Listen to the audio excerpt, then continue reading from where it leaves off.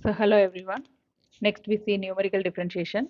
So numerical differentiation is used to find the derivative of a function from the given data values. So it is classified into two types based on the interval between the data points. The first type is equal intervals where the spacing between the x values is the same. For this case, we use Newton's forward difference method and Newton's backward difference method. The second type is unequal intervals. For unequal intervals, Lagrange's interpolation method is used, so which we have already discussed in the previous section. So now let us understand the concept of numerical differentiation. So numerical differentiation is a method used to find the derivative or the rate of change of a function using the given data values. So we use this method when the function is available only as a table of values and not as an equation. So now let us see where numerical differentiation is useful. So first, if the given function is very complicated, finding its derivative using the normal differentiation rules becomes difficult. So in that situation, numerical differentiation provides a simple way to calculate the derivative. Second, sometimes we do not know the actual equations of the function. So we only have a set of x values and their corresponding y values.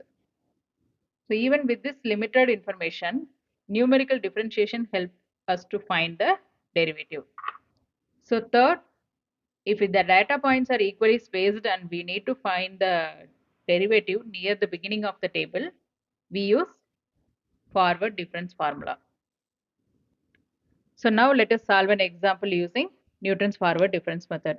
So in this example, we need to find the first, second and third derivative of the given function at x is equal to 1.5.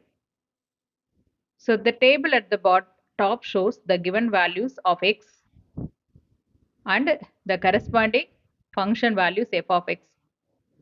The first step is to prepare the forward difference table. So the first column contains the given x values and the second column contains the corresponding function values. So next I calculate the first forward differences represented by delta y by subtracting consecutive function values. Using these first differences, I calculate the second forward differences denoted by delta square y. So similarly, I calculate the third forward differences and finally the fourth forward differences delta power 4 y.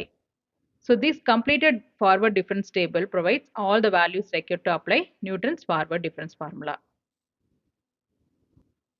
So next we will substitute these values into the formula and calculate the first, second and third derivatives at x is equal to 1.5.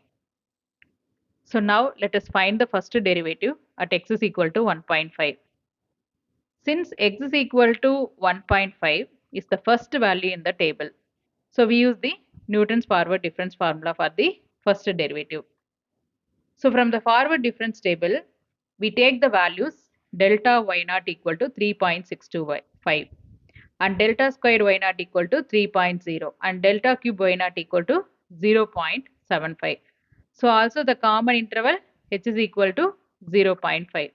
So now I substitute these value into the formula. After simplifying the expression, the value of the first derivative is obtained as 4.75.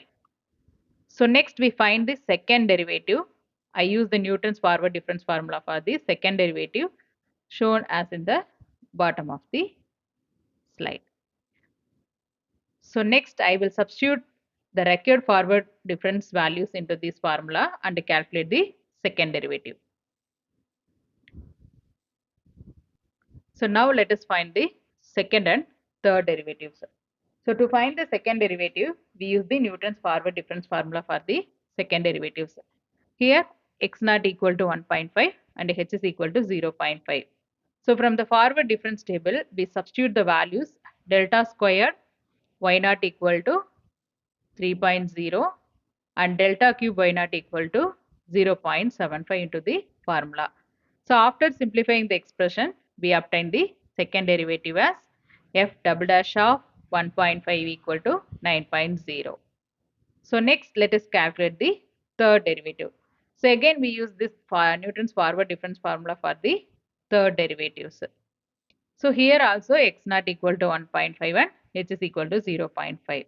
So from the difference table, we substitute delta cube y naught equal to 0.75 into the formula.